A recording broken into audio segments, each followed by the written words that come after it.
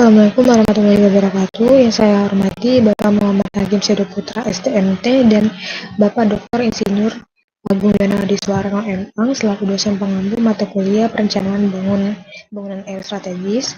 Pada kesempatan kali ini saya Risa Paranika dengan NIM 123470042 akan menjelaskan mengenai pemanfaatan bendungan Batu Tegi sebagai sumber air minum dalam kemasan dalam aspek analisis SWOT, organization behavior, dan future search.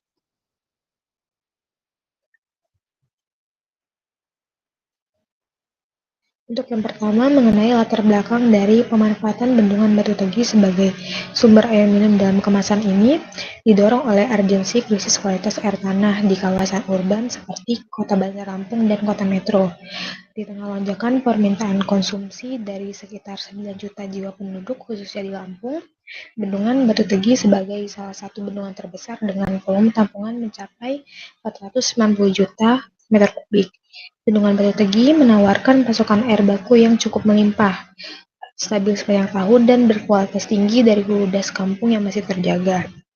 Proyek dari pemanfaatan bendungan Batu Tegi ini sendiri dinilai sangat strategis karena selain mampu merebut potensi pasar lokal yang selama ini didominasi oleh merek-merek yang telah merata distribusinya, lalu integrasinya dengan PLTA Batu Tegi memberikan keunggulan dari segi efisiensi biaya energi sekaligus menjadi langkah nyata hilirisasi aset daerah demi meningkatkan pendapatan asli daerah atau PAD Lampung.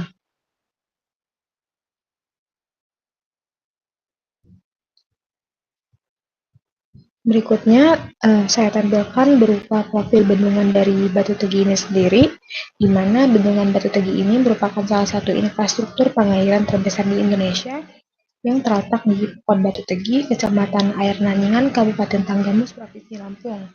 Bendungan ini membendung dari Sungai Wai Sekampung dan diresmikan pada tahun 2004. Nah, untuk fungsi utama dari bendungan Batu Tegi ini sendiri memiliki 4 fungsi. Yang pertama adalah sebagai penyediaan air baku, di mana bendungan ini menyediakan air bersih untuk domestik, perkotaan, dan industri ya sebesar 2.250 liter per detik, termasuk untuk Kota Bandar Lampung, Kota Metro, dan Kabupaten Lampung Selatan. Fungsi yang kedua yaitu sebagai pembangkit listrik ataupun PLTA, di mana bendungan Batu Tegi ini memiliki kapasitas PLTA sebesar 28 MW yang terhubung ke sistem transmisi.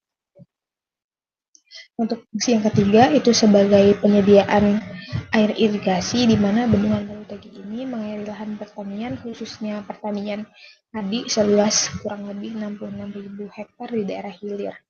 Lalu untuk fungsi yang terakhir yaitu sebagai pengendali banjir, di mana bendungan Batu Tegi ini mampu mereduksi debit banjir di hilir Sungai Wes Lampung sebesar 211 meter kubik per detik.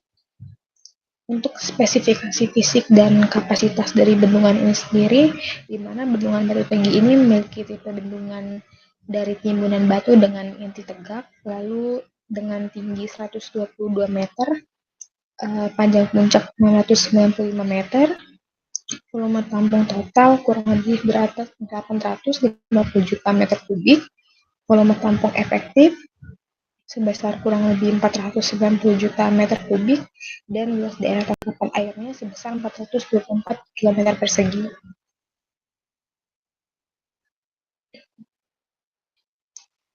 Berikut merupakan analisis SWOT dari proyek pemanfaatan bendungan Batu Tegi sebagai sumber air minum dalam kemasan, di mana analisis yang pertama yaitu strength berupa kekuatan.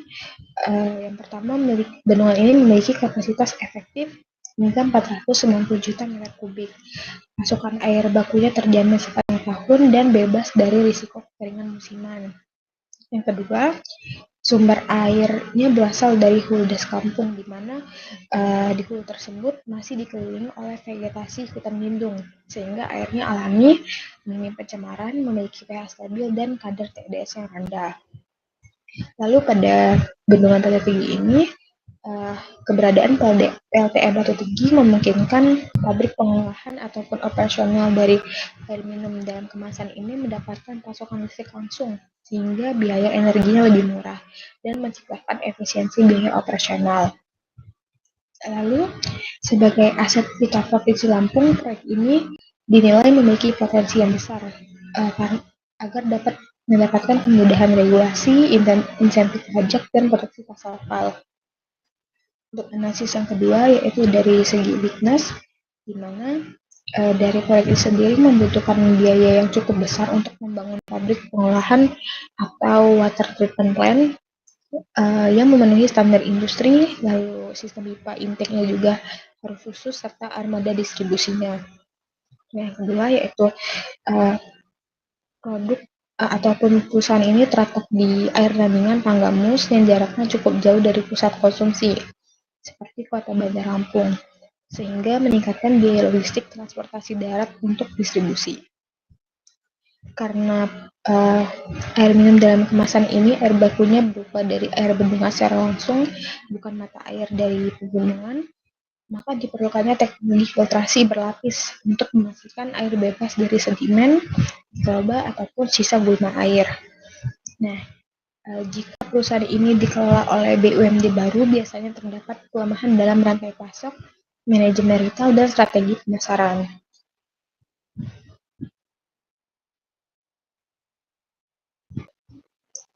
Untuk analisis berikutnya yaitu berupa opportunity ataupun peluang.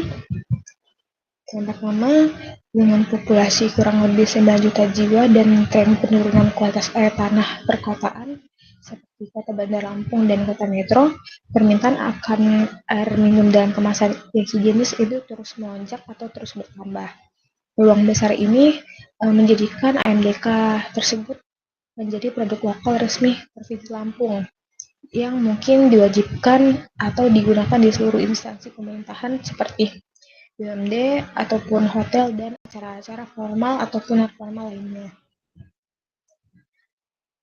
Produk ini juga dinilai dapat mengambil alih pangsa pasar ataupun market share yang selama ini dikuasai oleh merek-merek dagang yang telah terkenal dan distribusinya telah merata. Karena menawarkan harga yang lebih kompetitif karena efisiensi energi PLTA di Batu Tegi. Lalu sisi Provinsi Lampung sendiri sebagai gerbang Sumatera dan adanya tol Trans Sumatera itu dapat mempermudah ekspansi distribusi AMDK tersebut ke provinsi tangga seperti Sumatera Selatan dan Bengkulu. Untuk analisis berikutnya berupa ancaman, pertama pasar AMDK saat ini dikuasai oleh merek-merek lama seperti yang kita ketahui seperti Aqua, Mineral, dan lain-lainnya yang memiliki modal pemasaran yang sangat besar dan loyalitas konsumen yang sangat kuat. Lalu ada pun ancaman dari alam berupa cuaca ekstrim yang dapat meningkatkan erosi di hulu, di mana hal tersebut dapat memicu sedimentasi tinggi, sehingga air bakunya dapat menjadi lebih keruh, yang otomatis meningkatkan biaya maintenance alat filtrasi pabrik. Lalu potensi resistensi dari masyarakat lokal ataupun petani jika air bendungan dari Batu Tugu tersebut digunakan juga sebagai MDK sehingga dapat mengurangi jatah debit air untuk irigasi sawah di hilir. Lalu ancaman yang terakhir yaitu pada tahap proses sertifikasi, di mana proses sertifikasi tersebut sangat panjang dan cukup ketat dari BPOM, SNI, dan sertifikasi halal.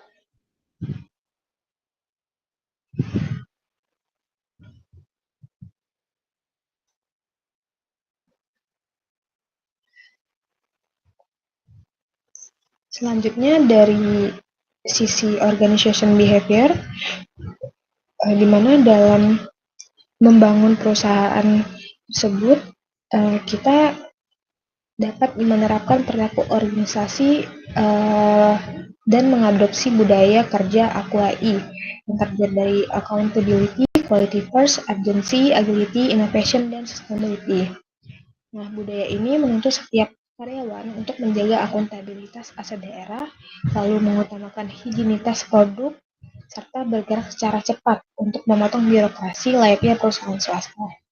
Untuk mendukung budaya tersebut, dapat juga diterapkan struktur organisasi bersifat matriks yang memisahkan operasi hulu yang terdiri dari divisi teknis dan produksi, lalu operasi hilir itu terdiri dari divisi komersial dan divisi logistik dan retail, lalu di bawah kepemimpinan transformasional dan transaksional Organisasi dapat dipimpin oleh CEO yang profesional berbasis target KPI yang ketat. Pendekatan ini sekaligus berfungsi sebagai manajemen konflik untuk menyelaraskan ego birokrasi daerah dengan profesionalisme demi menjamin operasional yang profitabel dan berkelanjutan.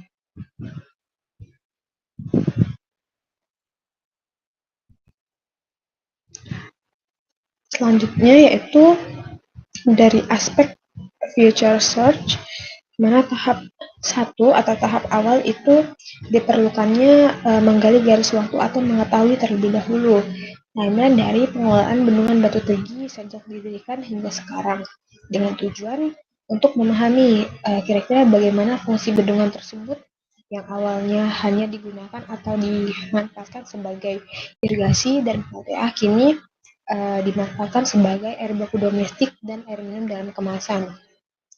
Untuk tahap 2, kita perlu memetakan seluruh faktor eksternal yang memengaruhi industri MDK ini sendiri. Contohnya seperti pertumbuhan penduduk, dominasi merek nasional, tren kemasan ramah lingkungan, dan regulasi dari BPOM. Dengan tujuan untuk mengidentifikasi peluang pasar dan tantangan realita yang sedang dihadapi di daerah tersebut.